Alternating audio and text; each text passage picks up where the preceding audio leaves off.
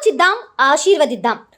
ఉమ్మడి నల్గొండ, ఖమ్మం, వరంగల్ పట్టభద్రుల ప్రశ్నించే గొంతు తీన్మార్ మల్లన్నకు మొదటి ప్రాధాన్యత ఓటు వేసి గెలిపిద్దాం.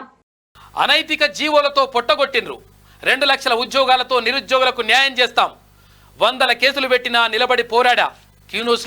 క్యూన్యూస్ పేదోళ్ల వాయిస్, అది బీఆర్ఎస్ను కూల్చింది. ఇక జగదీష్ రెడ్డి డీసీఎంల్లో మందిని పంపిండు. ఇసుక పేదోడి భూముల్ని మింగిండు. ఆయనకు శ్రీకృష్ణ జన్మస్థానం తప్పదు. 1998 డిఎస్సి బాధితులకు న్యాయం చేస్తాం. కాంగ్రెస్ ఎమ్మెల్సీ అభ్యర్థి తీన్మార్ మల్లన్న నిన్న ఉమ్మడి నల్గొండ జిల్లాలో పర్యటన కొనసాగింది. తర్వాత ప్రత్యేకంగా ఇక్కడ సూర్యాపేట జిల్లాలో, తర్వాత ఇక్కడ కోదాడ, తర్వాత ఇక్కడ పరిసర ప్రాంతాల్లో అంతా కూడా పర్యటన కొనసాగింది.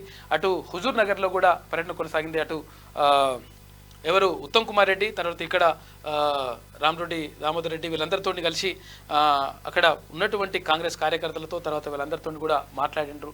తర్వాత ప్రజలందరూ కూడా బ్రహ్మర్థం పడతా ఉన్నారు. ఎక్కడున్నటువంటి ఇక్కడ లాయర్లు కానీ, డాక్టర్లు, తర్వాత రకరకాల వివిధ రంగాలకు చెందినటువంటి అందరూ కూడా పట్టభద్రుల ఎమ్మెల్సీ ఎన్నికల్లో తీన్మార్ మల్లన్నని గెలిపించుకుంటాం, 100% మేము చట్టసభలకు పంపుతాం.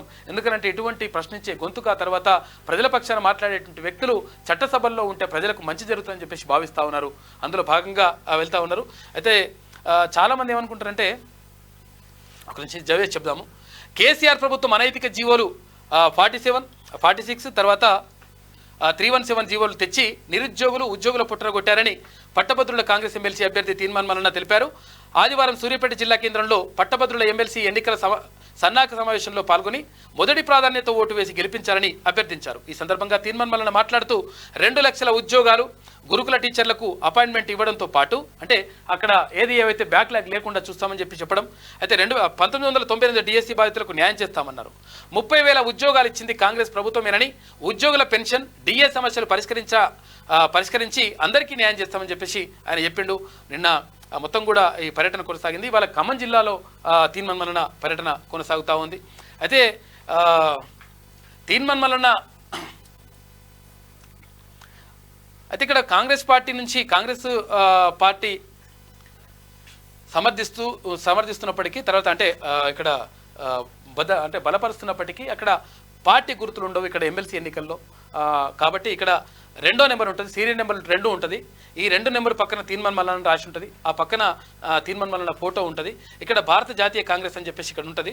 దీని పక్కన బాక్స్ ఉంటుంది. ఆ బాక్స్లో 1 నెంబర్ వేయాలి. చాలామంది ఏం చేస్తారంటే మల్లన్న మీద అభిమానంతో జై మల్లన్న అని రాస్తారు, లేకపోతే రైట్ టిక్ కొడతారు, లేకపోతే ఇట్లా రకరకాలు ఇట్లా కొడుతూ ఉంటారు.